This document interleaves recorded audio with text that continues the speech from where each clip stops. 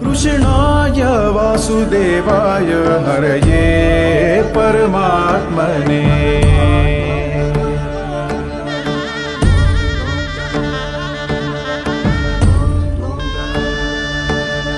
प्रणतक्लेशनाशाय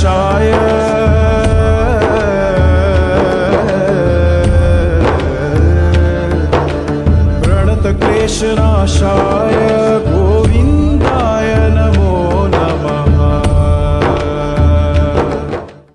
हरिओम सर्व साधक बंधू भगिनींनो, आपण आज गीतेचा 11वा अध्याय समजावून घेतो आहोत. या 11व्या अध्यायाचं नाव आहे विश्वरूपदर्शन. आपण आषाढ महिन्यामध्ये या अध्यायाचं विवरण समजून घेतो आहोत. आषाढ महिन्याचं महत्त्व फार वेगळंच आहे. हजारो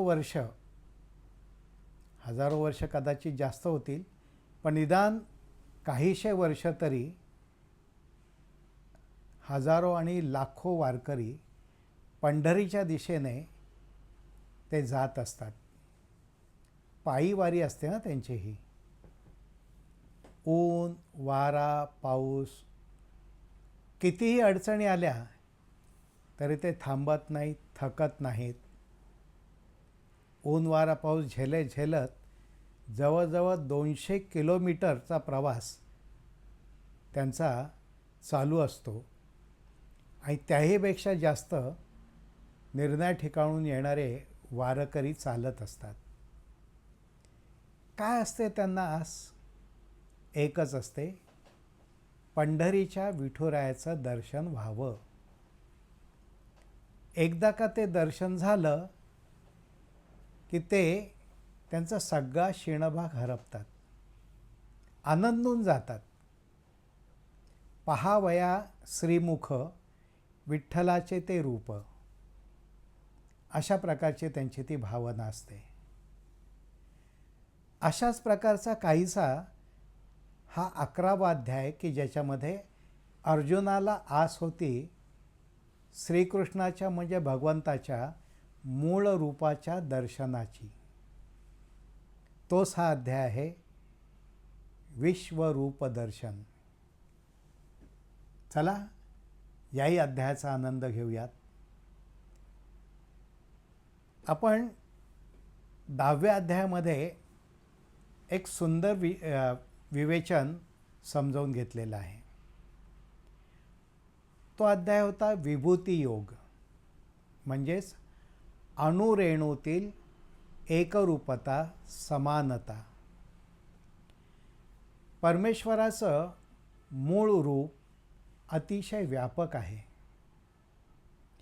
आणि त्याचं जर आपण चिंतन केलं तर त्यामुळे एक होतं ते म्हणजे आपल्या देहाच्या मर्यादांची जाणीव होते. आणि दुसरं, माझं म्हणजेच मनाचं अस्तित्व हे देहाच्या पलीकडे खूप दूरवर पसरलेलं आहे, विस्तारित झालेलं आहे, याचाही अनुभव येतो. एकदा का हा अनुभव आला की आपल्या गुणांची वाढ व्हायला लागते. प्रत्येक सजीवामध्ये परमेश्वराचा अंश आहे हे ज्यावेळेला आपल्याला जाणवतं त्यावेळेला सगळे भेद नष्ट होतात आणि समदृष्टी प्राप्त होते. असा हा 10वा अध्याय विभूती योग. त्या अध्यायाच्या शेवटी ज्यावेळेला भगवंतांनी स्वतःच्या अस्तित्वाचं सर्वत्र असलेलं वर्णन केलेलं आहे. मी कुठे नाही आहे, पृथ्वीच्या कणाकणात आहे, समुद्राच्या लाटेच्या थेंबाथेंबात आहे, अवकाशात आहे, झाडात आहे, माणसात आहे, पशुत आहे, सगळीकडे आहे. एवढं सगळं ऐकल्यानंतर अर्जुनाला विस्मय निर्माण झाला की अरे, माझ्यासमोर तर तुमच्या आमच्यासारखा 2 हात, 2 पाय, 2 डोळे असलेला हा भगवान श्रीकृष्ण आहे. तो म्हणतो मी सर्वत्र आहे, सगळीकडे माझं अस्तित्व आहे. त्याला जरा आश्चर्य वाटतं आणि तो म्हणतो की हे परमेश्वरा, मला तुझं हे रूप दाखव बरं. त्याचा विनंतीचा भाग जो आहे तो असा आहे, उत्पत्ती नाश भूतांचे ऐकले मी सविस्तर, कळला तुझ पासूनी अभंग महिमा तुझा. आणि पुढे अर्जुन म्हणतो, तुझे ते ईश्वरी रूप मानितो सांगसी जसे, तेच मी इच्छितो पाहू प्रत्यक्ष पुरुषोत्तमा. आणि पुढे तो म्हणतो, तू जरी मानिसी शक्य मज ते रूप दाविसी, तरी योगेश्वरा देवा दाखवी तेची शाश्वता. तो म्हणतो, जर का मी ते पाहायला लायक असेल तर मला ते रूप जरूर दाखव. मला मनामध्ये खूप मोठी इच्छा निर्माण झालेली आहे. काय आहे तुझं ते रूप, चल दाखव मला. आता अर्जुनाच्या ह्या विनंतीचा मान राखून भगवंताने त्याला आपल्या विश्वरूपाचं दर्शन दिलं आहे. त्याचं वर्णन आपण नंतर समजून घेणार आहोत. दिव्य अशा सहस्त्र सूर्यांचं तेज एकवटल्यानंतर जशी प्रभा निर्माण होईल, जसं तेज निर्माण होईल, तसं तेज त्या अर्जुनाला जाणवलं. हजारो मुख, हजारो व्यक्ती, ह्या सगळ्या जणू काही विश्वमुखामध्ये प्रवेश करतायत असंही त्याला जाणवलं. मग हे सगळं त्याने पाहिलं खरं, पण त्यामुळे हे असं निरागस आणि नाजूक रूप नव्हतं, भयंकर रूप होतं, विश्वरूप होतं. आणि ते पाहिल्यानंतर अर्जुन हा भ्यायला आणि त्याने कृष्णाला विनंती केली, राया मला तुझं मूळ रूपच दाखव. डोक्यावर मुकुट, कानी कुंडल, चांगला शेला आहे, असा तू जो नीलवर्णाचा आहे ते तुझं मूळ रूप मला दाखव बरं. मला हे तुझं भयानक रूप नाही सहन होत. आणि मग अर्जुनाची ती विनंती श्रीकृष्णाने मान्य केली आणि त्याला आपलं मूळ रूप दाखवलं. पण मधल्या काळात श्रीकृष्णाने एक अतिशय मोठा विचार सांगितला आहे, कालोस्मी, मी काळ आहे, असं त्याचं ते वर्णन होतं. ते आपण यथाकाल नंतर समजवून घेऊयात. पण अप्रतिम हा विचार आहे. कृष्णाने त्याला हे जाणवून दिलं की अरे, तू युद्धाला का नाकारतोयस? तू ज्यांना आपले आपले म्हणतोयस ते सगळे भीष्म, द्रोण, कर्ण, कौरव, हे सगळे मी आधीच मारलेले आहेत. बघ बरं माझ्या मुखात त्यांचा प्रवेश चालू आहे की नाही. आणि नंतर तो अजून एक विधान करतो, पहिल्यांदा मी कौरवांना मारणार आहे, पण यथाकाल पांडवही माझ्याच मुखात प्रवेश करणार आहेत. हे सगळं भयान वास्तव अर्जुनाला सहन झालं नाही आणि त्याने मूळ रूप पाहण्याची विनंती केली. थोडक्यात कृष्णाचं म्हणणं होतं, हे सगळे योद्धे मरणारच आहेत, तू फक्त निमित्त मात्र हो आणि युद्धासाठी प्रवृत्त हो. बस एकच त्याचा उद्देश होता, अर्जुनाला युद्ध प्रवृत्त करायचं. पण योगायोगाने आपलं भाग्य असं आहे की अर्जुन युद्धाला प्रवृत्त होणं हे एक ज्याला आपण म्हणू की मूळ उद्देशाला पूरक उद्देश तो झाला. आणि आपल्यापुरता मूळ उद्देश झाला तो म्हणजे या निमित्ताने आपल्याला मानव जातीला कायमचं उपयोगी पडू शकेल असं तत्त्वज्ञान समजलेलं आहे. मग आता भाष्यकारांनी काय केलं आहे, अनेक भाष्यकारांनी गीतेवर भाष्य लिहिलेत बरं का. अनेकांनी मराठीमध्ये सुद्धा त्याच्यावर भाष्य केलेली आहेत. पण अनेक भाष्यकारांनी या विश्वरूपाच्या बद्दल फार सविस्तर बोलणं टाळलेलं आहे. कारण का, त्यांचा कदाचित भाव असा असेल, हे जे श्रीकृष्णाचं भव्य दिव्य स्वरूप आहे त्याच्यावर आम्ही काय बोलणार, आम्ही बापडे साधे लोक आहोत. आणि भगवंताचं ते विशाल रूप आहे आम्ही त्याचं वर्णन करायला कदाचित कमी पडू आणि म्हणून त्यांनी फार त्याच्या वर्णनात ते शिरले नाहीत.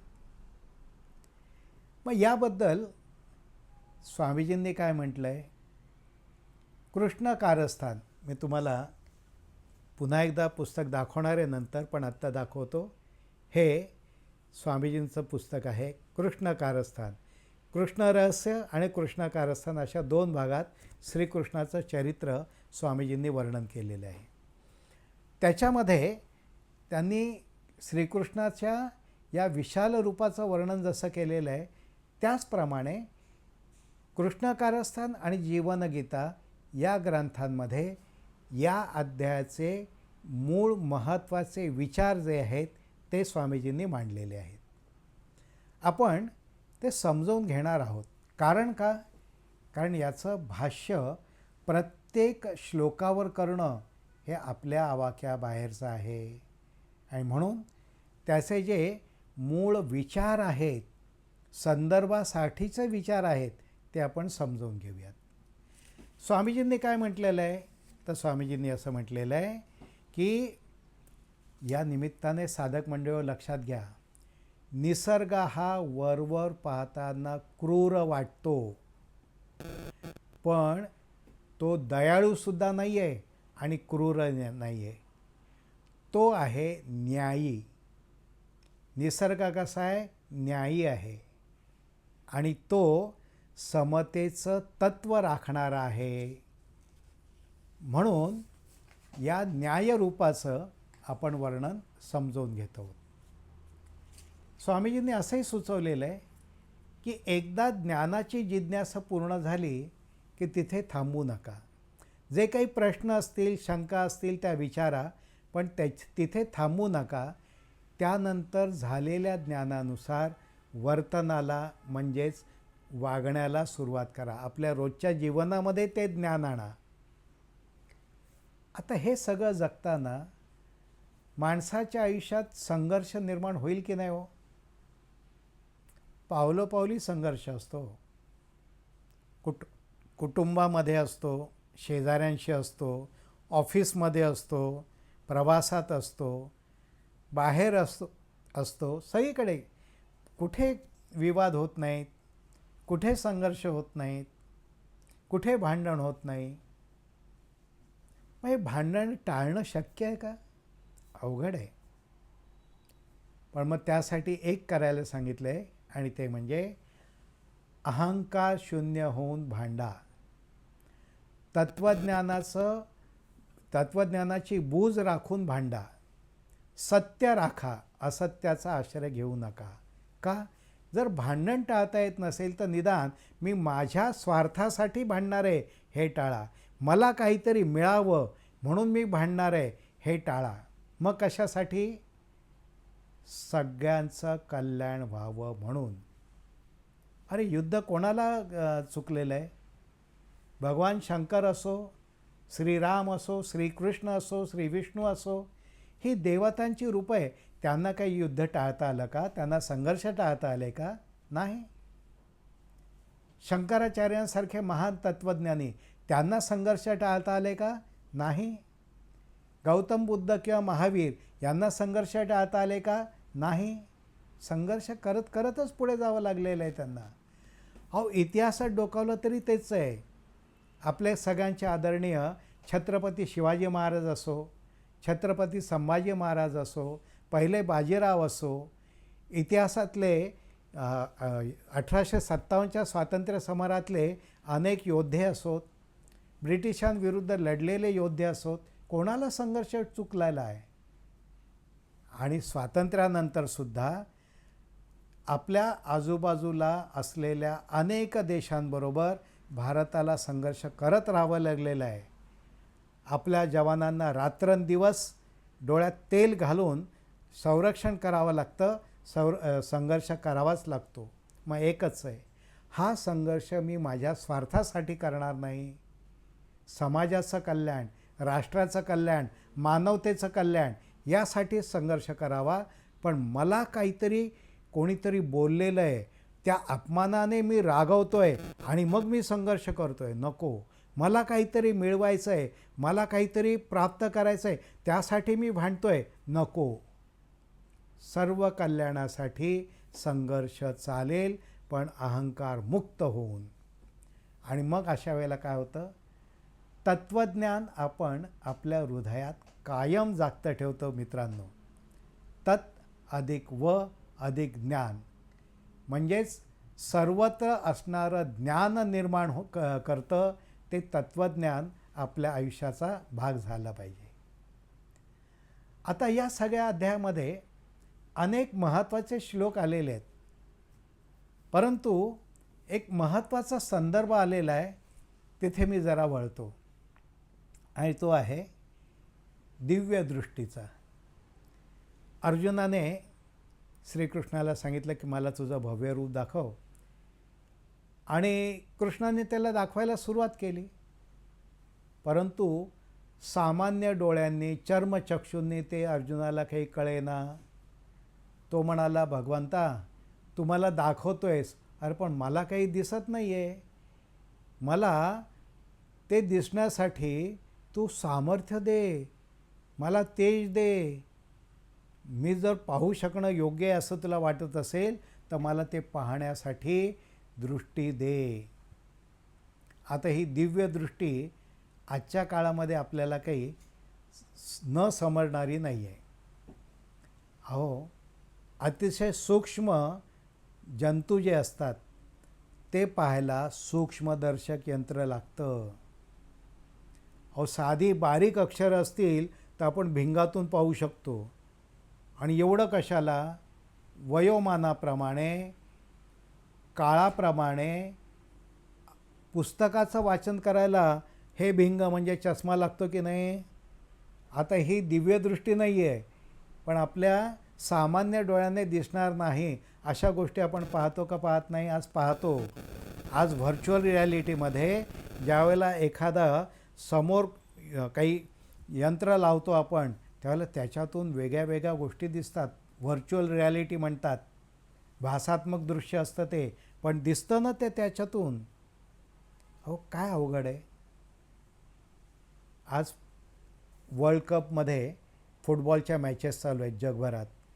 कित्येक वेळेला क्रिकेटच्या मॅचेस चालू असतात. ह्या शेकडो मैल, हजारो मैल दूर असतात, पण आपल्या छोट्या मोबाईलवर, टी व्हीवर आपण ते सगळं भलं मोठं मैदान पाहतो का पाहत नाही?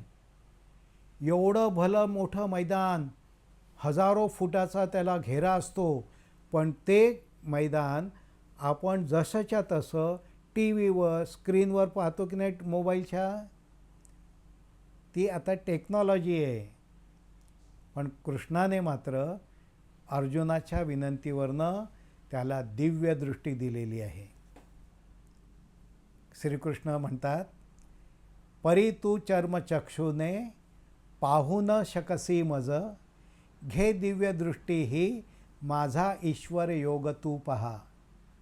घे दिव्य दृष्टी ही, घे, तुला दिव्य दृष्टी देतो. आता स्वामीजींनी याचं वर्णन करताना म्हटलेलं आहे, दिव्य दृष्टी म्हणजे काय? तर दिव्य दृष्टी याचा अर्थ ज्ञानपूर्ण दृष्टिकोन. तो ज्ञानपूर्ण दृष्टिकोन तुम्हाला मलाही प्राप्त होऊ शकतो ना. अर्जुनाला श्रीकृष्णाचं विशाल रूप पाहता आलं.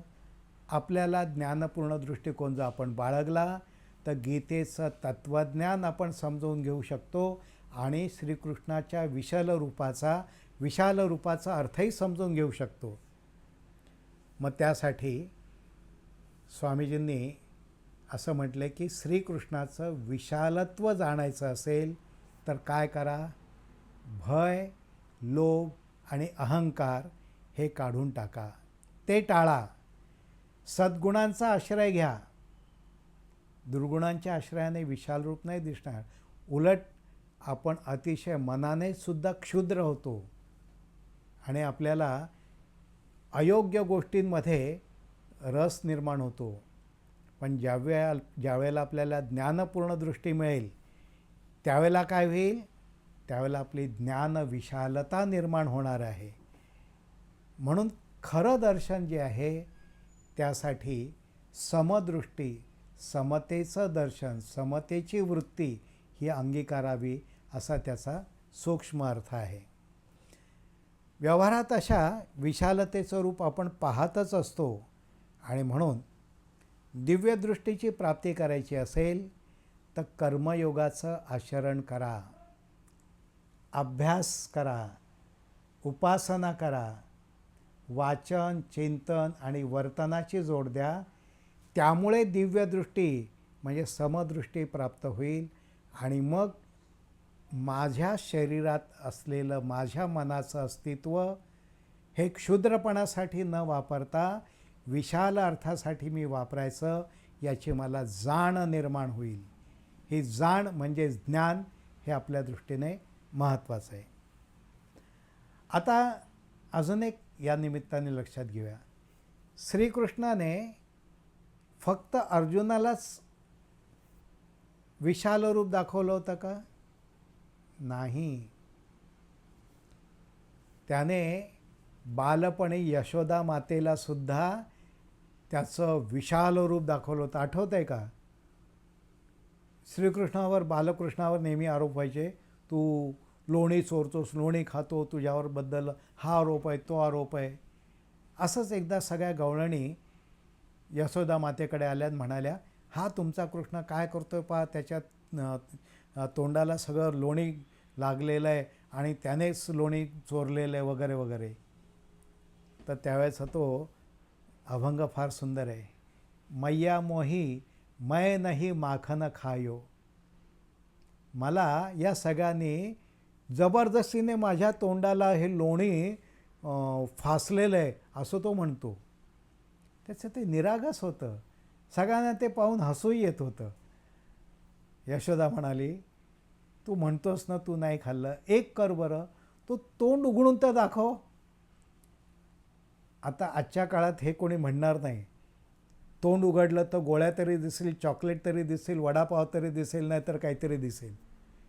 पण श्रीकृष्णाला ज्या वेळेला सांगितलं, बालकृष्णाला, तोंड उघड बरं, लोणी आहे मला माहिती आहे. त्याने ज्यावेळेला ते तोंड उघडलं त्यावेळेला त्या यशोदा मातेला त्या बालकृष्णाच्या तोंडामध्ये सगळ्या विश्वाचं दर्शन झालं. आणि ती भान हरपून म्हणाली, अरे हे माझं गोंडस बाळ नाही आहे, हे परमशक्तीचा अंश आहे, ही तिला जाणीव झाली. असंच त्याच्या एका शिष्यालाही त्याने विश्वरूप वेगळ्या प्रकारचं दाखवलं होतं. आणि दुर्योधनाला कौरवांच्या दरबारात त्याने असंच विश्वरूप दाखवलं होतं. अर्थात आत्ता तो संदर्भ सविस्तर सांगत नाही, केव्हा तरी पाहूयात आपण. मग आपल्याला लक्षात घ्यायचं आहे ते हे की आपली ज्यावेळेला समतेची दृष्टी प्राप्त होते, अहंकार शून्यता निर्माण होते, त्यावेळेला खरं ज्ञान प्राप्त होतं. आणि मग अशा वेळेला ही समता सगळ्या बाबतीत असावी लागते. स्थळकाळाची असावी लागते, चित्तवृत्तींची असावी लागते. आता स्थळकाळाची समानता म्हणजे काय हे आपण ज्यावेळेस या अध्यायाचं विज्ञान स्वरूप पाहणार आहोत त्यावेळेला आपण सविस्तर पाहूयात. मग आपल्या आयुष्याचा हेतू काय असला पाहिजे? विषमतेचं निर्मूलन. सगळ्या जगातली विषमता मी नाही घालवू शकत, पण निदान माझ्या आजूबाजूला मला ज्यावेळेला अन्याय दिसतो, अत्याचार दिसतो, विषमता दिसते, त्यावेळेला ती विषमता मला कमी करायची आहे, हा भाग आपण लक्षात घेतला पाहिजे. त्यानेच आपल्याला एक विशाल असा अर्थ प्राप्त होऊ शकेल. ईश्वराचा साक्षात्कार जर हवा असेल तर तो दोन तऱ्हेने घेता येईल असं स्वामीजींनी एका ठिकाणी म्हटलं आहे. एक बाह्य स्वरूपात आणि एक आंतर स्वरूपात. कसं घेता येईल? आपल्याला ईश्वराचा अंतरानुभव घ्यायचा असेल तर आपले चर्मचक्षु मिटावे लागतील, सामान्य डोळे बंद करावे लागतील. आणि डोळे बंद करून ज्यावेळेला आपुलाची वाद आपणाशी होईल, अंतर्मुख होऊ, शांत होऊ, त्यावेळेला आपल्याला हा अंतरानुभव मिळेल. आणि ईश्वराचा बाह्य अनुभव घ्यायचा असेल तर समता हेतूने सत्कृत्याने तो मिळेल. अरे अनेक संतांनी, अनेक साधूंनी सेवा हीच ईश्वर साक्षतेची खूण मानलेली आहे. आपल्या आधुनिक काळातले एक महान संत गाडगे बाबा महाराज, गाडगे बाबा, ते तर सेवा करायचे.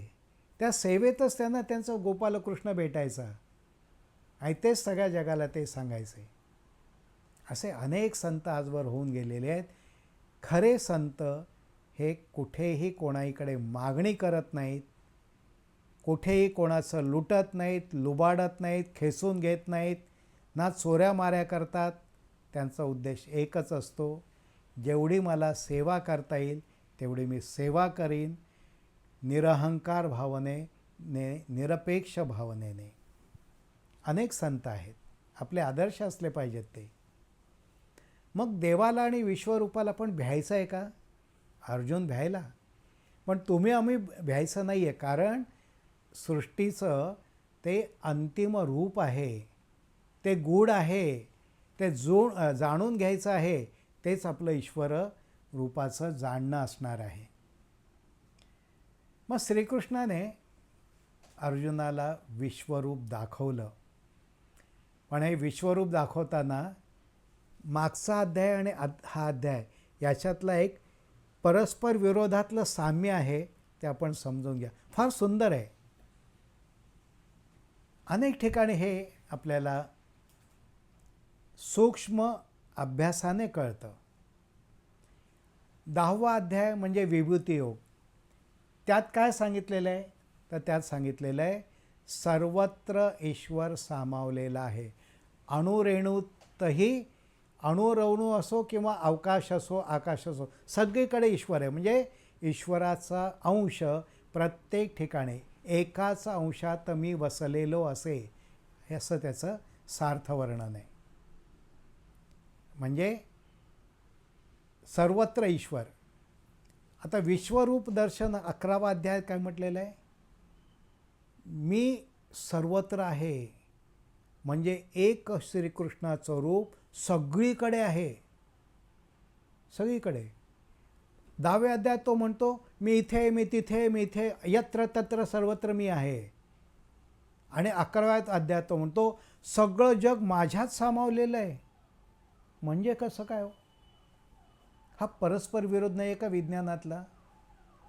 अनेकात एकत्व आणि एकात अनेकत्व हे परस्पर विरोधाचं लक्षण आहे, पण ते या ठिकाणी आपल्याला पाहायला मिळतं आहे. ज्ञानेश्वर माऊलींनी ज्ञानेश्वरीमध्ये या अध्यायाचं वर्णन करताना म्हटलं आहे की या अध्यायामध्ये शांत रस आणि अद्भुत रस या दोन्हीचं मिश्रण आहे. एका बाजूने विश्वाचं रूप, ईश्वराचं विश्वरूप पाहिल्यामुळे मिळणारी शांतीसुद्धा आहे आणि त्याचबरोबर असं भलं प्रचंड विस्तारित रूप पाहणं म्हणजे अद्भुत रससुद्धा आहे. आचार्य विनोबाजी याच्याबद्दल म्हणतात ईश्वराचं रूप व्यापक आहे. म्हणजे काय आहे? अनंत अगाध असं स्वरूप आहे, व्यापक स्वरूप आहे. पण त्याच वेळेला ते एक अजून आपल्याला स्मरण करून देतात, काळाचाही विस्तार असाच आहे. काळाचा जिरला वेग जात साधना आटली, दाटली जेथई माया काल रूपास त्या नमो. भीष्मस्तवरा स्तोत्राचा हा श्लोक आहे. काळाचा विस्तार आहे असाच आहे, अनादी अनंत. स्वातंत्र्यवीर सावरकरांचं असंच एक फार सुंदर काव्य आहे, अनादी मी अनंत मी. फार सुंदर आहे ते काव्यच, फार सुंदर आहे, अप्रतिम आहे. मग या निमित्ताने आपण काय बोध घ्यायचा आहे? आपण वर्तनात जगतो आहोत, मग तरीसुद्धा आपल्याला स्थळ काळ हे परमेश्वराच्या माध्यमातून समजून घेता येईल का? आणि ते जर समजून घेतलं तर लक्षात असं येतं की आपलं अस्तित्व वर्तमानातलं हे सुद्धा काही काळापुरतं आहे. काळाचा प्रचंड विस्तार आहे, त्यात आपण एक कण आहोत. या भव्य अशा ब्रह्मांडामध्ये पृथ्वीसुद्धा एक कणभर आहे. मग त्या पृथ्वीवरचे आपण कोण लागून गेलेलो आहे? पृथ्वीचा एक कण जसा असतो तसे आपण आहोत. आणि त्याचबरोबर काळाचा कोट्यावधी अब्जावधी वर्षाचा विस्तार आहे. त्या विस्तारामध्ये तुमचं आमचं उणेपुरे 50, 60, 70, 100 वर्षाचे आयुष्य म्हणजे किती आहे हो? एक कणभर आहे. स्थळ आणि काळ याची भव्यता ज्यावेळेला लक्षात येते त्यावेळेला मी कोण आहे याचा भ्रम निघून जातो. केशवसुतांनी म्हटले, आम्ही कोण म्हणून पुसता आम्ही असू लाडचके, देवाचे दिधले असे जगते आम्हास खेळावया. भ्रम आहे. मी म्हणजे सर्व मोठा आहे असं समजणं हे चूक आहे. आपण नम्र असलं पाहिजे, अहंकारमुक्त असलं पाहिजे. एका बाजूने वर्तमानातला आनंद अनुभवूयात, पण हा आनंद घेत असताना इतिहास जो आहे तो काय आपल्याला बदलता येत नाही आणि भूतकाळ निर्माणही करता येत नाही. परंतु एक आहे, स्वामीजींनी तरुणांना ज्यावेळेला काही सांगितलेलं आहे त्यावेळेस त्यांनी म्हटलेलं आहे, जर तुम्हाला तुमच्या आयुष्याचं कर्तव्य समजून घ्यायचं असेल तर इतिहासाचा अभ्यास करा. इतिहासात झालेल्या चुका ज्या आहेत त्या पुन्हा रिपीट होणार नाहीत याची काळजी घ्या. आणि वर्तमान काळ जो आहे तो शुद्ध करा. कर्माने तो वर्तमान काळ शुद्ध करा. ते जर केलं तर तुमचा भविष्यकाळसुद्धा शुद्ध होऊ शकतो. इतिहासातून योग्य ते शिकावं, वर्तमान शुद्ध करावा, भविष्यकाळ सुसह्य होऊ शकेल. हे सगळं आपण समजावून घेणार आहोत. तेव्हा या अध्यायातले जे श्लोक आहेत, हे काही श्लोक आहेत ना, हे खूप महत्त्वाचे आहेत. आपण 3रा आणि 4था श्लोक समजावून घेतलेला आहे. तसाच भगवंताचा 5वा वर्णनात्मक श्लोक आहे, तोही खूप महत्त्वाचा आहे. आता आपण या अध्यायातले काही महत्त्वाचे सूक्ष्म विषय समजून घेतो आहे. श्रीकृष्णाने अर्जुनाला विश्वरूप दाखवण्याची विनंती केली ते आपण पाहिलं. कृष्णाने अर्जुनाला दिव्यदृष्टी दिली ते आपण पाहिलं. अर्जुनाला श्रीकृष्ण ते तेजोमय रूप पाहायचं होतं. त्यावेळेला भगवंताचा 5वा श्लोक आहे गीतेतला, तो फार सुंदर आहे. त्यात त्यांनी म्हटलं आहे, पहा दिव्य तशी माझी रूपे शतसहस्र तू, नाना प्रकार आकार वर्ण जात विचित्रची. माझ्या या रूपामध्ये अनंत असंख्य वर्ण आहेत, असंख्य आकार आहेत, असंख्य प्रकार आहेत आणि ते सगळं तू पहा. शेकडो सहस्रावधी अशी माझी रूपं आहेत असं 5व्या श्लोकात म्हटलेलं आहे. त्यानंतर 6व्या श्लोकात त्या काय म्हटलेलं आहे, 6व्या ह्याच्यात म्हटलेलं आहे, 6व्या आणि 7व्या ह्याच्यात, 7व्या ह्याच्यातलं विशेष होतं आहे ते असं म्हटलेलं आहे, इथे आज पहा सारे विश्व तू चराचर, माझ्या देहात एकत्र इच्छा दर्शन हे तुझं. फार सुंदर आहे.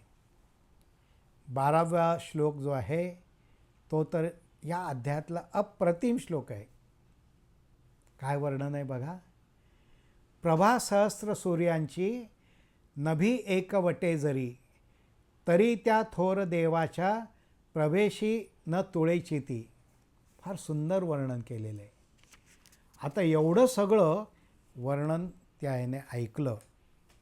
महाविशाल तेजस्वी सहस्र सूर्यांचं तेज अर्जुनाला सहन झालं नाही. मग अर्जुनाने काय केलं, तो म्हणाला की मला ह्या मृत्यूरूपाचं विशाल दर्शन झालं आहे खरं, परंतु आता मला तू तुझा मूळ रूपच दाखव. एका बाजूने तो म्हणतो की तू थोर आहेस, तू थोर ते अक्षर जाणण्याचे, तुझाची आधार जगास असे, तू राखीसी शाश्वत धर्म नित्य, मी मानतो तू परमात्म तत्व.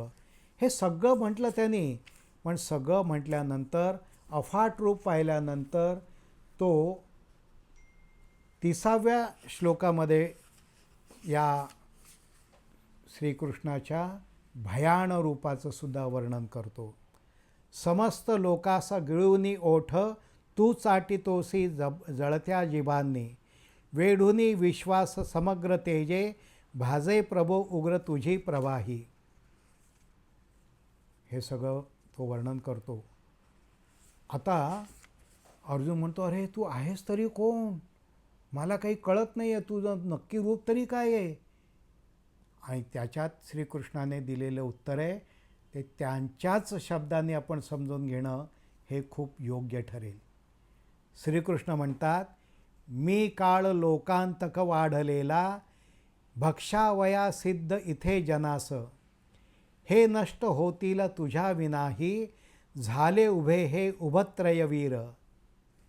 तो म्हणतो, हे सगळं मी नष्ट केलेलं आहे, तू काळजी करू नकोस, तू फक्त युद्धाला तयार हो. आणि मी कोण आहे? तर मी काळ आहे, असं त्यांनी त्याच्यात म्हटलेलं आहे. तेव्हा या अहम कालोस्मी, मी काळ आहे, असं त्याचं जे वर्णन आहे ते त्याने केल्यानंतर अर्जुनाने त्याला पुन्हा मूळ रूप दाखवायला सांगितलं. आणि त्यानंतर 32वा श्लोक जो आहे तो काळाबद्दलचा आहे बरं का. या निमित्ताने मी तुम्हाला सांगतो, मी त्याच्यातला संस्कृत श्लोक जो आहे तो आपण पाहूया. आपण गीताईतलं पाहिलं, पण गीतेच्या 32वा श्लोकामध्ये याबद्दलचं वर्णन आहे. आणि त्यात श्रीकृष्ण म्हणतात, कालोस्मी लोकक्षय कृत प्रवृद्धो, लोकांसमाहर्तुमिह प्रवृत्तः. म्हणजे काय? मी काळ आहे, मी काळ आहे, हे त्याचं म्हणणं आहे. आणि म्हणून तू या सगळ्या युद्धाला तयार हो, हे त्यांचं म्हणणं आहे. मित्रांनो, इथपर्यंत आपण या अध्यायाचं सर्वसाधारण रूप काय आहे ते पाहिलं. महत्त्वाचे श्लोक काय आहेत तेही पाहिले. परंतु आता थोडंसं आपण पुढच्या भागाकडे वळूयात, जो भाग अत्यंत महत्त्वाचा आहे. मित्रांनो, आत्तापर्यंत आपण गीतेमध्ये काय सांगितलं आहे, त्याचा स्वामीजींचा अर्थ काय, आचार्य विनोबांचा अर्थ काय, अन्य तत्त्वचिंतकांचा अर्थ काय, त्यांचं विवरण काय आहे, माऊलींनी काय म्हटलं, हे आपण समजवून घेतलं. आता थोडं आपल्या स्वामीजींच्या पद्धतीने याचंच विज्ञान रूप काय आहे ते समजून घेऊया. श्रीकृष्ण दर्शनामध्ये संभाव्य असे विज्ञानाचे संदर्भ काही आढळतात का? थोडासा अभ्यास केला म्हणजे आपल्याला तेही लक्षात येईल. याच्यामध्ये विश्वरूप दर्शन आहे.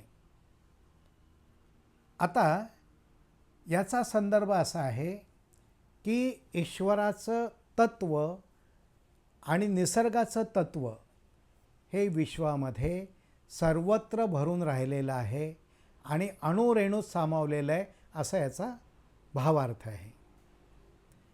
मग विज्ञानामध्ये आपण काय म्हणू शकतो? तर विज्ञानामध्ये क्वांटम फिजिक्समध्ये किंवा सापेक्षतावाद आहे, म्हणजे रिलेटिव्हिटी आहे, या सगळ्या नियमांच्या आधारे थोडंसं विज्ञानाचं वेगळं रूप आपण पाहूयात. एक विज्ञानातली संकल्पना आहे, त्याला म्हणतात क्वांटम फील्ड थिअरी. अणुरेणूमध्ये ऊर्जा सामावलेली असं आहे. म्हणजे आधुनिक भौतिकशास्त्र काय म्हणतं, ते असं म्हणतं की या संपूर्ण विश्वामध्ये शून्य किंवा रिकामी जागा म्हणजे व्हॅक्यूम असं जे आपण समजतो, प्रत्यक्षात ती रिकामी नसतेच. स्वामीजींनीसुद्धा 7वा स्वर्ग या पुस्तकामध्ये लिहिलं आहे, या विश्वामध्ये निर्वात पोकळी नाही. मग तिथे काय आहे? तिथे आहे अखंड ऊर्जा लहरी, क्वांटम फील्ड कार्यरत असतं. विश्वातील प्रत्येक अणू आणि कण, क्वार्क्स आणि इलेक्ट्रॉन्स हे ऊर्जेतून निर्माण होतात आणि त्यातच विलीन होत असतात. मग या विश्वरूप दर्शनामध्ये काय म्हटलेलं आहे? सगळ्या दृश्य आणि अदृश्य सृष्टीमध्ये एकमेव वैश्विक तत्त्व सर्वत्र सामावलेलं आहे. त्यालाच ईश्वर, त्यालाच श्रीकृष्णाचं विशाल रूप म्हटलेलं आहे. म्हणजेच एका तऱ्हेने ती युनिव्हर्सल एनर्जी नाही का. श्रीकृष्ण म्हणतात माझ्यातच सगळं ओवलेलं आहे, सूत्रमणिगणा इव. विज्ञानाच्या भाषेत त्यालाच क्वांटम फील्ड म्हणजे असं तत्त्व की जे विश्वाला एकत्र बांधून ठेवतं, असं आपण विज्ञानाच्या शब्दात समजून घेऊ शकतो. विज्ञानामध्ये अजून एक तत्त्व आहे, फर्स्ट लॉ ऑफ थर्मोडायनॅमिक्स. त्यात म्हटलेलं आहे law of conservation of energy म्हणजे ऊर्जा अक्षयतेचा सिद्धांत. त्यात काय म्हटलेलं आहे की nothing comes out of nothing and nothing dies, it changes it's form. म्हणजे काय, ऊर्जा शून्यातून निर्माण होत नाही आणि निर्माण झालेली ऊर्जा नष्ट होत नाही, ती फक्त एका रूपातून दुसऱ्या रूपामध्ये बदलत राहते. त्यामुळे विश्वातील एकूण ऊर्जा जी आहे ती तशीच राहते. मग 11व्या अध्यायात आपल्याला दिसतं, अर्जुनाला काय दिसतं आहे, सगळे राजे भीष्म, द्रोण, कर्ण, कौरव आणि सगळे राजे महाराजे आणि सगळी सृष्टी कृष्णाच्या मुखात प्रवेश करत होती आणि पुन्हा तिथूनच बाहेर येत होती. म्हणजे कसं आहे, हे ऊर्जेचं चक्र आहे. एका तऱ्हेने तिथेच मृत्यू आहे आणि तिथूनच पुन्हा जन्म आहे. जन्म मृत्यूचं चक्र हे त्या ठिकाणी दिसतं आहे. म्हणजेच एका तऱ्हेने उत्पत्ती आणि विनाश हे एकाच वैश्विक ऊर्जेचे दोन पैलू आहेत, असा त्याचा एक अर्थ नाही का लक्षात येणार. लक्षात येतं का विज्ञानातले संदर्भ. अजून एक संदर्भ आहे आणि त्याला म्हणतात space time and Einstein's relativity. Einstein हा बुद्धिवंतांचा महामेरू म्हणता येईल. त्याने थिअरी ऑफ रिलेटिव्हिटी ही अप्रतिम थिअरी मांडली आणि सगळं जग हादरून गेलं. त्याने असं एक विधान त्याचं आहे की टाईम अँड स्पेस, काळ आणि अवकाश हे एकमेकांपासून वेगळे नाही आहेत. त्याला त्यांनी नाव दिलं आहे स्पेस टाईम फॅब्रिक. म्हणजे जणू काही काळ आणि अवकाश हे एकमेकांच्या बरोबर कपड्यासारखे विणलेले आहेत. भूतकाळ, वर्तमानकाळ, भविष्यकाळ हे एकाच वस्त्राचे असंख्य धागे आहेत, असं त्यात म्हटलेलं आहे. मग आता भूतकाळ, वर्तमानकाळ, भविष्यकाळ, अरे आहे ना गीतेच्या 11व्या अध्यायात तेच.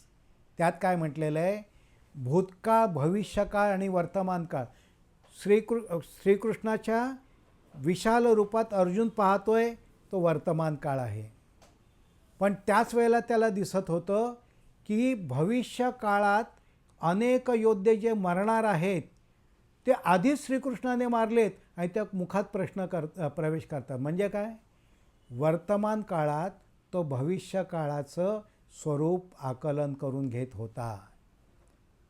श्रीकृष्ण त्याला म्हणतो कालोस्मी, मी काळ आहे. म्हणजे एका तऱ्हेने काळाचं एकाच वेळेचं अस्तित्व या ठिकाणी वर्णन केलेलं आहे. याच ठिकाणी अजून एक आईन्स्टाईनचाच संदर्भ आहे, E=mc². म्हणजेच एनर्जी आणि मॅटर म्हणजेच ऊर्जा आणि वस्तुजात हे एकच आहे, E=mc². आता हे जे म्हटलेलं आहे पदार्थ, मॅटर अँड मास हे वेगवेगळ्या गोष्टी नसून एकाच तत्वेचे रूप आहेत. गीतेमध्ये आपण असं पाहतो आहे की डोळ्यांना दिसणारं स्थूळ जग म्हणजे निसर्ग आणि डोळ्यांना न दिसणारी ऊर्जा ही एकच आहेत. दिसणारं आणि न दिसणारं, कणरूप आणि ऊर्जारूप. मला सांगा, कण आपल्याला दिसतात, आपल्याला घड्याळ दिसतं, आपल्याला पेन दिसतं, आपल्याला सगळं काही दिसतं. पण आपण प्रकाश पाहू शकतो का? प्रकाशाच्या साहाय्याने सगळं पाहतो. वीज पाहू शकतो का? विजेचे परिणाम पाहू शकतो. वीज पाहू शकतो का? नाही. आता तुम्ही मला आकाशात कडाडणारी वीज, ते आकाशात वीज कडाडते आणि त्यापासून निघणारा प्रकाश आपल्याला प्रकाशाचं रूप दिसतं, प्रभा दिसते. पण मग या सगळ्या ह्याच्यामध्ये आपण लक्षात घेतलं पाहिजे की अर्जुनासमोर काय होतं, दिसणारी वस्तुरूपता आणि न दिसणारी ऊर्जारूपता हे सगळं त्याच्यासमोर त्या विश्वरूपामध्ये सामावलेलं होतं. या ठिकाणी एक सुंदर संदर्भ लक्षात घ्या. पूर्वी आपण पाहिलेलं आहे, रॉबर्ट ओपनहायमर ज्याने अणूचा पहिला स्फोट केला, आठवतं का हा संदर्भ? स्वामीजींनी विज्ञान परिभाषेत गीता या ग्रंथाच्या पहिल्याच प्रबंधात त्याचा उल्लेख केलेला आहे. आणि त्याच्यात त्यांनी म्हटलं आहे 1945ला पहिला अणुबॉम्बचा स्फोट झाला. आणि त्यावेळेला रॉबर्ट ओपनहायमरला लक्षात आलं की या सगळ्यामुळे काय निर्माण होणार आहे. एका बाजूने प्रचंड प्रकाश आणि ऊर्जा निर्माण होणार आहे आणि त्याचमुळे लक्षावधी लोकांचा मृत्यू संभवणार आहे. म्हणून त्याने तो श्लोक त्यावेळेला उच्चारला, अहम कालोस्मी. त्याने तो श्लोक उच्चारला आणि मग त्याने त्या पहिल्या अणूचा स्फोट केला. मग त्या श्लोकात असं म्हटलं आहे, जर आकाशात हजारो सूर्य एकाच वेळी उगवले तर ते तेज त्या महात्माच्या विश्वरूपासारखे असेल. मी आता काळ म्हणजे मृत्यू बनलेलो आहे, जो विश्वाचा नाश करतो. श्लोक 12 आणि 32 हे संदर्भ आहेत.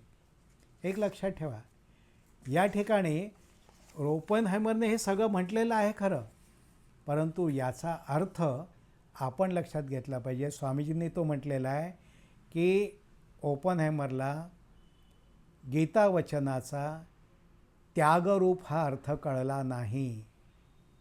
गीता म्हणजे काय? गीता म्हणजे अहंकाराचा त्याग, मीपणाचा त्याग, स्वार्थाचा त्याग. हा त्यागरूप संदेश जर त्याला कळला असता तर त्याने तो अणुबॉम्बचा स्फोट जो केला तो पहिला आणि शेवटचा ठरला असता. त्यानंतर मग जपानवर जे महासंवारक अणुबॉम्ब टाकले गेले ते टाकले गेले नसते. आज सगळ्या जगामध्ये ही स्पर्धा आहे. अणुशक्ती, परमाणुशक्ती, हायड्रोजन बॉम्बची शक्ती, अणुबॉम्बच्या सहस्त्रपटीने संवारक असलेली शक्ती ही सगळी. आणि ह्याचे प्रचंड साठे ह्या महाप्रगत देशांकडे आहेत. अमेरिका असो, रशिया असो. अमेरिका तर म्हणते कोणीही अणुशक्ती निर्माण करायची नाही आणि बाळगायचं नाही, पण त्यांच्याकडे हजारो बॉम्ब आहेत. त्याचं काय करणार? त्याच्याबद्दल ते बोलतात का? म्हणजे कसं आहे, मी 10 फटके मारणार आहेत पण तू मात्र एकही मारायचा नाहीस. ही विषमता आहे आणि ही विषमताच सगळ्या नाशाचं मूळ रूप असणार आहे भविष्य काळामध्ये. मित्रांनो, विज्ञानाचे हे अनेक संदर्भ आपल्याला समजून घेता येतील. क्वांटम एन्टँगलमेंट आहे, म्हणजेच काय? क्वांटम गुंतागुंत एकमेकांशी जोडलेलं आहे. त्यात असं म्हटलं आहे, जेव्हा दोन सूक्ष्म कण केव्हा तरी एकत्र असतात आणि काही कालानंतर ते कितीही दूर गेले आणि एका अणूमध्ये जर बदल स्पिन झाला तर अब्जावधी मैलांवर असलेल्या दुसऱ्या कणामध्ये त्याच क्षणाला बदल होतो. त्याला क्वांटम एन्टँगल म्हणतात. आणि स्वामीजींनी याचं वर्णन केलं आहे APR एक्सपेरिमेंट. आईन्स्टाईन, पोडोल्स्की आणि रोझेन या 3 महाशास्त्रज्ञांनी केलेला तो प्रयोग आहे की ज्याच्यामध्ये लक्षात येतं की अब्जावधी प्रकाशवर्ष दूर असलेल्या कणामध्ये सुद्धा तत्क्षणी बदल होतो. कसं घडतं? आईन्स्टाईन म्हणाला, हे काही पदार्थविज्ञानाच्या नियमात बसणारं नाही आहे बुवा. काय स्पोकी रूल्स म्हटलेलं आहे काहीतरी, नाही काहीतरी विचित्र आहे या विश्वातलं सगळं जडणघडण. पण तेच दाखवतात की ही तत्त्व कितीही दूर अंतरावर असली तरी ती असतात. मग आता बघा, या संपूर्ण विश्वाची निर्मिती झाली ती एका सूक्ष्म कणातून झाली ना. ऊर्जेचा प्रचंड साठा एका कणात सामावलेला होता. बिग बँग म्हणजे महास्फोट झाला आणि ते सगळी ऊर्जा प्रचंड विखुरली गेली. त्याच्यातून ग्रह, माला, नक्षत्र हे सगळे निर्माण झालेत. पृथ्वी त्यातून निर्माण झाली आहे. मग आता सूक्ष्म कणामध्ये असलेलं तत्व हे आज पृथ्वीच्या कणाकणामध्ये सामावलं आहे की नाही? सामावलेलं आहे. आता तुम्हाला कुठे विज्ञानातले एवढे संदर्भ सांगता? ठीक आहे, सोपे समजावून घेऊयात. मला सांगा, समुद्राचं पाणी, मुलांनो मला सांगा, समुद्राचं पाणी गोड असतं का खारट असतं? खारट असतं, बरोबर आहे. समुद्राचं पाणी खारट असतं. समजा ते एखाद्या हंड्यात आहे, भांड्यात आहे, ते पाणी प्यायलं तर कसं लागेल? खारटच. ते एका पेल्यामध्ये घेतलं तर खारटच. ते तीर्थासारखं ओंजळीत घेतलं आणि प्यायलो तर, आणि त्याचं एखादं थेंब चाखून पाहिला तर खारटच. म्हणजे जे बिंदूमध्ये ते सागरामध्ये सामावलेलं आहे की नाही? महासागर आहे, त्याला आपण म्हणतो पाण्याचा प्रचंड साठा. आणि एका ओंजळीत असलेल्या पाण्याला आपण पाणीच म्हणतो ना, का काही वेगळं म्हणतो? पाणीच आहे. सूक्ष्मात असो भव्यात असो पाणीच आहे ते. हे आपण लक्षात घेतलं पाहिजे. प्रत्येक कण हा एकमेकाशी जोडला गेलेला आहे. अरे जर आपण आता थोडासा त्याचा आपल्या दृष्टीने विचार करूया. जर हे सगळं भौतिक कण एकमेकांशी जोडलेलं आहे, तर त्या भौतिक कणांच्या समुच्चयाने बनलेला प्रत्येक माणूस हा एकमेकांशी जोडलेला आहे की नाही? हे विश्वची माझे घर, हे अवघे चराचर, हे मीच आहे. मग ही जाणीव जर आपण ठेवली तर तो छोटा मी मोठा, तो गरीब मी श्रीमंत, तो दोषी मी गुणवान, हे सगळे भेद संपतील. आणि सगळ्या जगाकडे आपण कारुण्याने पाहू शकू. जे संतांनी केलं आहे, जे खऱ्या साधूंनी केलेलं आहे, जे ऋषीमुनींनी केलेलं आहे, जे अभ्यासकांनी केलं आहे, जे चिंतकांनी केलं आहे, ते तुम्ही आम्ही करायला पाहिजे. आणि ते जर आपण केलं तर या तत्त्वज्ञानाचं रूप आणि विज्ञानाचं रूप याच्यातलं एकत्व आपल्याला जाणवू शकेल. मग अशा प्रकारचं हे श्रीकृष्णाचं विश्वरूप जर आपण समजवून घेतलं तर त्यानंतर आपल्याला प्रत्यक्ष अशा या विश्वरूपाकडे वळायचं आहे.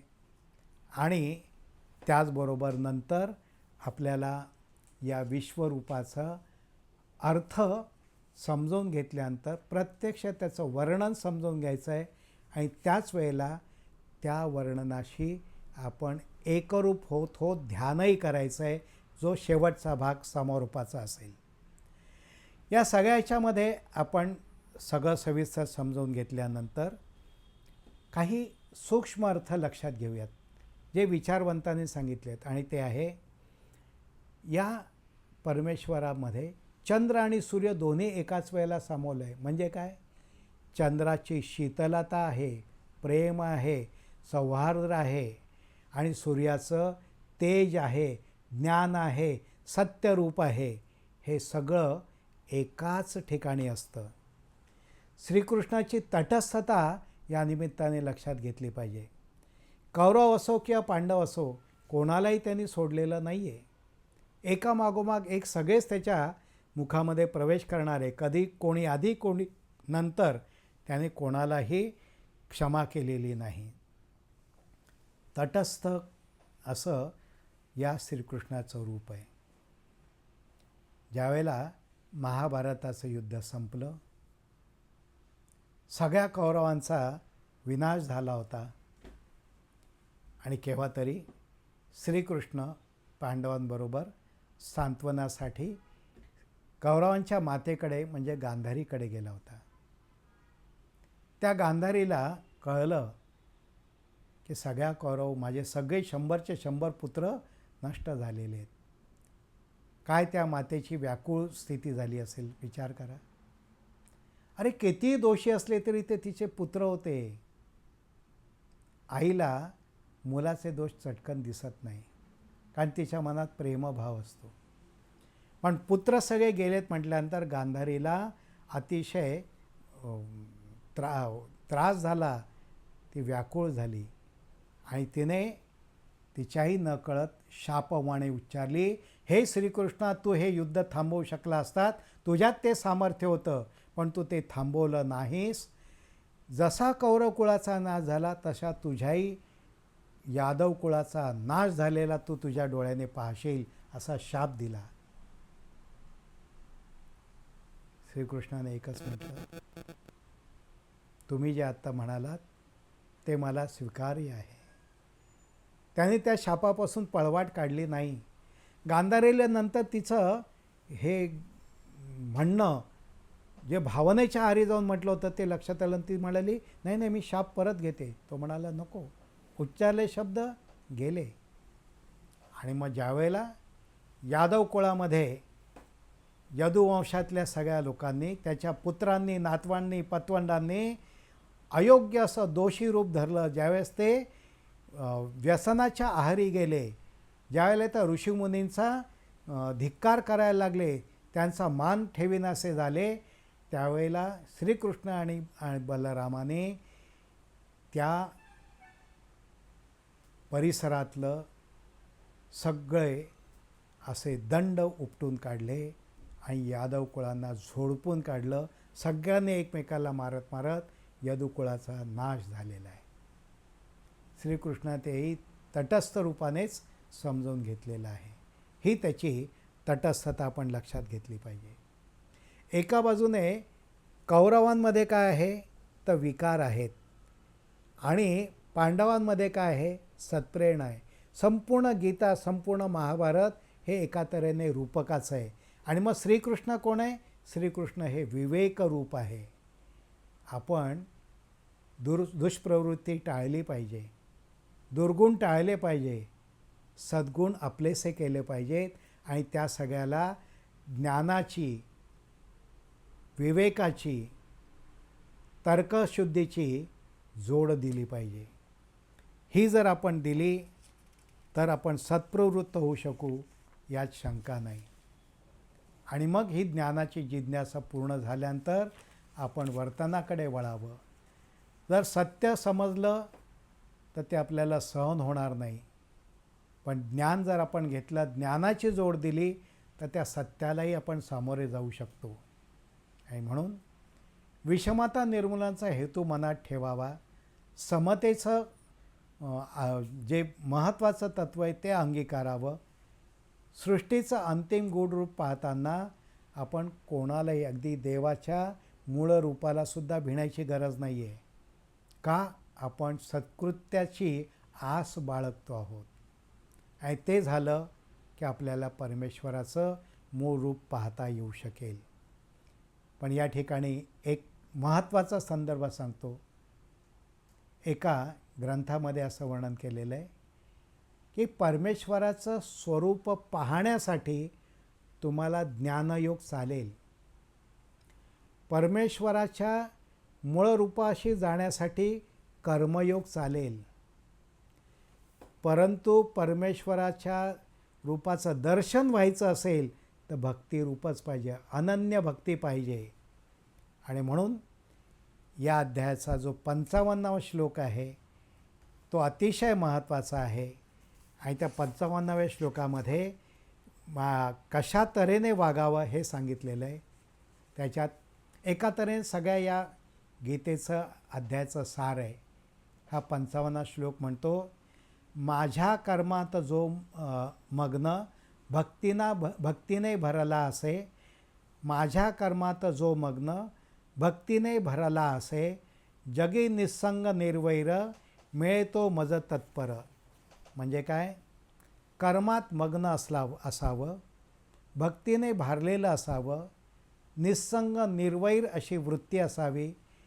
ती असेल निरपेक्ष सेवाभाव, समर्पण भाव, भक्तीने भारलेलं तत्त्व असेल तर परमेश्वराकडे जाता येतं. त्यानं नुसतं रूप समजून घेता येईल नाही, त्याच्याशी एकरूप होता येतं. अशा विश्वरूपाचं असंख्य प्रकार, वर्ण, आकार असलेलं तत्त्व आपण समजून घेतलेलं आहे.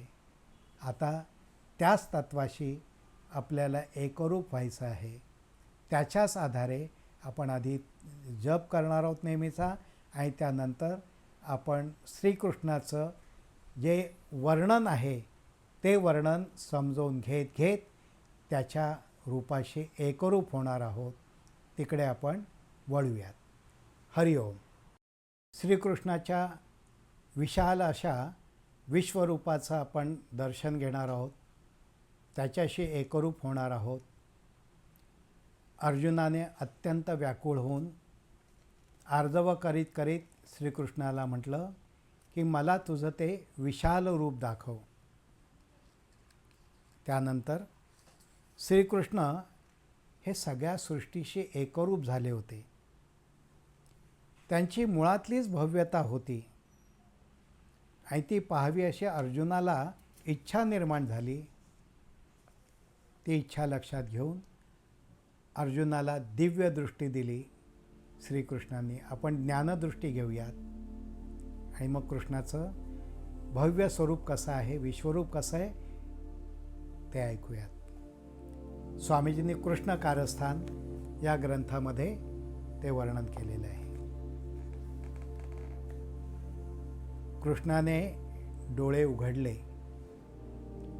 पण ते शंकराच्या तिसऱ्या डोळ्याची सोबत केलेले रक्तवर्ण, भडक, भयानक. पाहता पाहता कृष्णाचा चेहरा भडकला.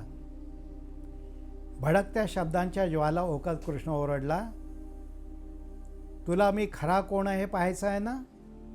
ठीक आहे, मला खऱ्याचं जास्त प्रेम आहे, कौरवांचं नाही की तुझं नाही. कौरव जास्त लुच्चे आहेत म्हणून मी त्यांना आधी ठोकून काढणार. थोडं मागून तूही माझ्या हातून सुटणार नाहीस.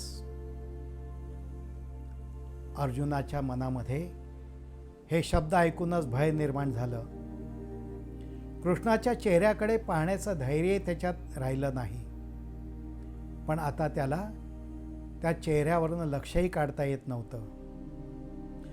कुठली तरी शक्ती आपल्याला खेचून तिकडे पाहायला लावत आहे असं त्याला जाणवलं.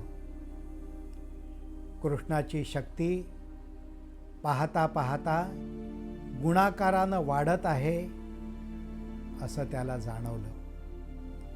त्यात 12 आदित्य, 8 वसु, 11 रुद्र, 2 अश्विनी कुमार असे सगळे मरुद्गण कृष्णाभोवती फेर घालत आहेत असं त्याला दिसलं. अर्जुनासमोर अक्राळ विक्राळ प्रचंड तोंड, अनेक तऱ्हेची ही तोंड होती. त्यांना दिव्य अलंकारही होते. त्याच्या सहस्रावधी हातांमध्ये आयुध होती. पुष्प, वस्त्र, हजार तऱ्हेचं तेज, अनेक बाहू, अनेक पोट, अनेक किरीट, अनेक चक्र, अनेक तऱ्हेची प्रजा, तेजपुंज, रखरखीत, अपरंपार. या दृश्याला सुरुवात नव्हती, मध्य नव्हता आणि अंतही नव्हता. कोणत्याही दिशेने पाहिलं तरी ते पेटलेलं दृश्य अर्जुनाच्या डोळ्यासमोर साकारत होतं. व्याकुळ झालेल्या अर्जुनाला कृष्ण म्हणत होता तसंच दृश्य दिसत होतं. त्याच्या मुखात एकामागून एक कौरव आणि पांडव यांचा नाश होत असल्याचं त्याला दिसलं. रक्ताचा, मांसाचा चिखल होता, हाडांचे ढीग होते. विशेष म्हणजे मरणारे लोक जसं काही पेटलेल्या अग्नीत आपण होऊन पतंगानं उड्या घालाव्यात तसं करत होते. या लोकांचा नाश होताना कृष्ण शांत होता. लवलवत्या उग्र ज्वाला सगळीकडे तळपत होत्या.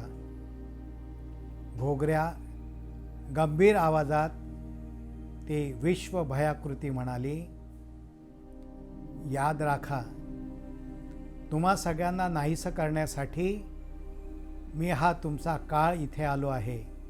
कालोस्मी, कालोस्मी, कालोस्मी. वेळेवर जागे व्हा, वेळेवर जागे व्हा, वेळेवर जागे व्हा. तरच हे श्रीकृष्णाचं विशाल रूप आपण आपल्या शांत डोळ्यांनी, ज्ञानपूर्ण डोळ्यांनी पाहू शकू. आणि त्यासाठी आपण निर्वैर होऊया, निस्संग होऊयात, दुर्गुणांपासून अलिप्त होऊयात, सद्गुणांची कास धरूयात. आत्मसमाधानाच्या दिशेने जाण्यासाठी समदृष्टी, समता हिचा अवलंब करूयात. आणि त्यासाठी आपण शांत होत होत समोरच्या अक्राळ विक्राळ अशा कृष्ण रूपापासून कृष्णाच्या शांत अशा रूपाकडे पाहत पाहत पाहत शांत होऊयात. शांत, शांत, शांत.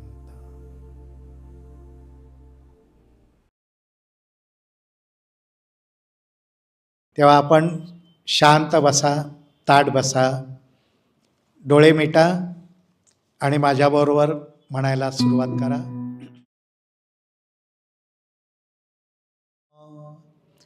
ओम हरि ओम. श्रीकृष्ण शरणं मम. ओम हरि ओम. श्रीकृष्ण शरणं मम. ओम हरि ओम. श्रीकृष्ण शरणं मम. ओम हरि ओम. श्रीकृष्ण शरणं मम. ओम हरि ओम. श्रीकृष्ण शरणं मम. ओम हरि ओम. श्रीकृष्ण शरणं मम. ओम हरि ओम. श्रीकृष्ण शरणं मम. ओम हरि ओम. श्रीकृष्ण शरणं मम. ओम हरि ओम. श्रीकृष्ण शरणं मम. ओम हरि ओम. श्रीकृष्ण शरणं मम. ओम हरि ओम. श्रीकृष्ण शरणं मम. शांत बसा. आता आपण 2 मिनटं श्रीकृष्णाचं ध्यान करणार आहोत. आपापल्या स्क्रीनवर आता श्रीकृष्णाची प्रतीक मूर्ती येईल, त्याच्यावर ध्यान करायचं आहे. सुरुवात करा.